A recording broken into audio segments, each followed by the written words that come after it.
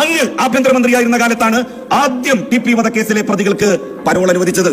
അതൊരു സത്യമാണ്, വസ്തുതയാണ്.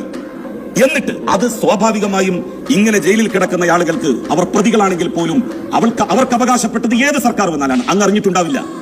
എന്നാൽ പിന്നെ ഇപ്പോ ഏതെങ്കിലും ഒരു പ്രതിക്ക് പരോൾ കൊടുക്കുന്നത് ഇപ്പോഴത്തെ കേരളത്തിന്റെ മുഖ്യമന്ത്രി അറിഞ്ഞിട്ടാണ് എന്ന് അങ്ങ് എങ്ങനെയാണ് പറയുക? ആരാണ് സാർ ഈ ലഹരിക്കടത്തിന്റെ ആളുകൾ?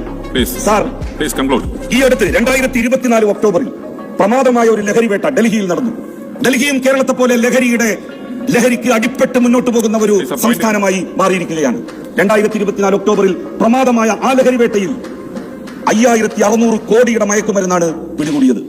സാർ, കേസിൽ പിടികൂടിയ തുഷാർ ഗോയൽ, ഡിക്കി ഗോയൽ എന്ന് വിളിക്കുന്ന, മാങ്കൂട്ടത്തിന് അറിയാമായിരിക്കും അദ്ദേഹത്തെ, ആരാണ് എന്നറിഞ്ഞാൽ ഈ സഭ ഞെട്ടിപ്പോകും സാർ. ഈ തുഷാർ ഗോയൽ കോൺഗ്രസിന്റെ വേണ്ടപ്പെട്ട കക്ഷിയാണ്. ഡൽഹി യൂത്ത് കോൺഗ്രസ് RTI വിഭാഗം മേധാവിയാണ് അദ്ദേഹം.